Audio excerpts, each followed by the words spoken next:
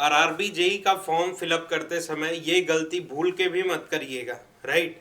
कि जब post preference का आपको ऑप्शन दिया गया है तो वो पोस्ट अपने मेडिकल स्टैंडर्ड को देखते हुए फिल करिएगा, राइट। कि सपोज करिए आपने फॉर्म फिलअप किया, देन कट ऑफ रिलीज हुआ, कट ऑफ आपने क्लियर कर लिया, आप खुश हो गए कि हाँ हमारा एग्जामिनेशन क्लियर हो गया।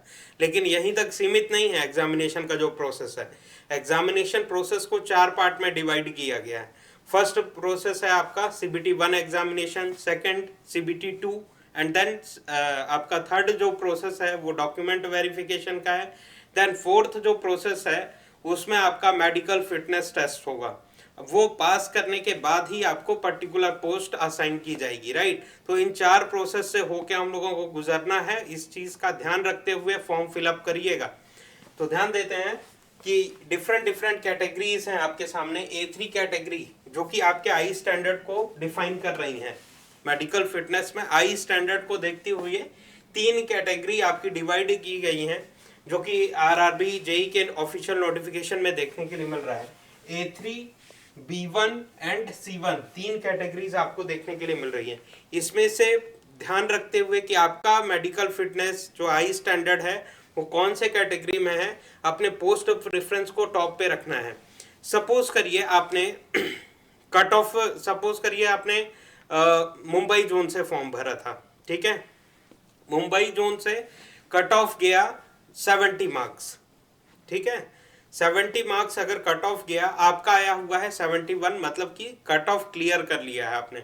आप खुश हो गए कि कट ऑफ तो क्लियर हो गया है, अब क्या होगा, आपका सिलेक्शन हो जाएगा। आप बहुत खुश हो गए, अपने फैमिलीज, रिलेटिव, सारी लोगों को बताने लगे। लेकिन उसके बाद जब डॉक्यूमेंट वेरिफिकेशन के बाद मेडिकल टेस्ट होगा तो आपने पोस्ट प्रेफरेंस भरा हुआ था, वहां पे पोस्ट प्रेफरेंस भरा हुआ था। सपोज करिए ये पोस्ट प्रेफरेंस भरा हुआ था, JE electrical EMU and TRS department आपने सबसे टॉप पे रखा हुआ था। अब क्या होगा, राइट। तो कट ऑफ तो क्लियर हो गया, ये पोस्ट भी आपको असाइन हो गया। लेकिन इसके मेडिकल टेस्ट में, जो कि ये पोस्ट किसके कैटेगरी में आता है, A3 कैटेगरी में आता है। लेकिन आपका आई स्टैंडर्ड जब चेक हुआ तो आपका आई स्टैंडर्ड C1 था, आपका आई स्टैंडर्ड C1 था, और आपने इन पोस्ट को भरा ही नहीं है, आपने इन पोस्ट को भरा ही नहीं है अपने एप्लीकेशन फॉर्म में। तो ये ऑटोमेटिकली ये इस पे असाइन नहीं हो रहा है आप, तो ये पोस्ट दे दिया जाएगा, ये ऑटोमेटिकली नहीं होगा। इस पोस्ट को आपको टॉप पे रखना पड़ेगा, तब जाके अकॉर्डिंगली आपका सिलेक्शन हो पाएगा। अदरवाइज आप क्या हो जाएंगे, मेडिकली अनफिट होने की वजह से रिजेक्ट हो जाएंगे, राइट। तो इन सारी चीजों का ध्यान रखना है आपको।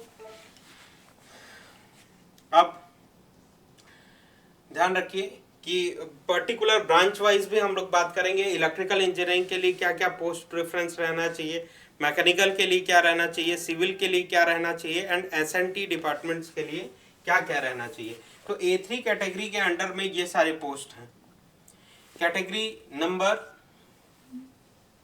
A3 कैटेगरी के अंदर में कैटेगरी 2 के जो पोस्ट है, कैटेगरी 2 का जो पोस्ट है, और ये सारे के सारे कैटेगरी नंबर्स है। कैटेगरी 2, 3, 6, 10, 13, 21, 22 जो भी आपके ऑफिशियल नोटिफिकेशन में दिए हुए हैं वो कुछ इस तरीके से हैं। ये सारी कैटेगरीज जो हैं A3 कैटेगरी के अंडर में आती हैं। अब A3 कैटेगरी क्या है, जिसमें आप आपका नोटिफिकेशन पढ़िएगा या फिर वीडियो उसके लिए ऑलरेडी अवेलेबल है कि A3 कैटेगरी है क्या, उसमें आपके आई का स्टैंडर्ड क्या होना चाहिए। 6/9 रहेगा तो चलेगा कि 6/12 रहेगा तो चलेगा, 6/6 होना चाहिए, क्या होना चाहिए, वो सारे डिटेल्स आपके वीडियो के थ्रू इसी चैनल पे अवेलेबल हैं। तो आप जाके चेकआउट जरूर करिएगा कि A3 कैटेगरी है क्या। तो ये सारे कैटेगरीज इसके अंडर में। देन B1 कैटेगरी आती है, जिसमें कैटेगरी नंबर 4 से 4, 8, 11, 14, 18, 19, 23 ये सारे जो पोस्ट है वो B1 कैटेगरी के अंडर में है। एंड देन C1 कैटेगरी के अंडर में कैटेगरी नंबर 1, 5, 7, 9, 12, 15, 16, 17 एंड 20, देन 24, 25, 26 ये सारी कैटेगरीज जो हैं C1 कैटेगरी के अंडर में आती हैं। अब अगर आप A3 के लिए फिट हैं, A3 कैटेगरी के लिए फिट हैं, तो आप किसी में भी फॉर्म भर सकते हैं, क्योंकि सबसे टफ जो टेस्ट होगा वो A3 का ही होगा। A3 के लिए आपका अगर आई फिट है, मेडिकली फिट हैं आप, तो आप किसी भी कैटेगरी को पोस्ट प्रेफरेंस में रख सकते हैं। अगर A3 के लिए नहीं है तो आप B1 कैटेगरी से हैं तो A3 वाले को पोस्ट प्रेफरेंस में नहीं रखिएगा, B1 और C1 को रख सकते हैं। और अगर केवल और केवल C1 में है आप, तो इनको टॉप पे रखिएगा, इन सारे पोस्ट को बॉटम में आप रख सकते हैं, राइट। तो ध्यान रखिएगा इन सारी चीजों को। ये टोटल 26 पोस्ट हैं जो कि आपके ऑफिशियल नोटिफिकेशन में दिए गए हैं।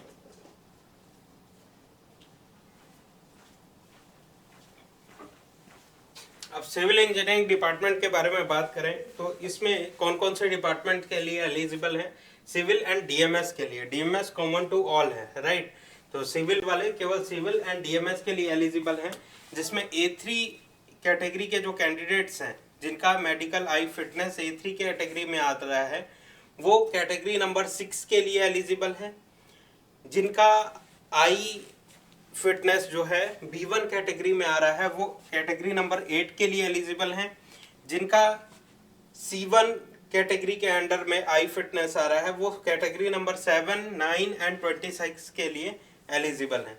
तो इन बातों का ध्यान में रख के आपको फॉर्म फिलअप करना है, राइट। अगर A3 के लिए फिट है तो आप किसी में भी पोस्ट प्रेफरेंस कर सकते हैं। सपोज करिए C1 वाले को टॉप पे रख सकते हैं, B1 वाले को टॉप पे रख सकते हैं।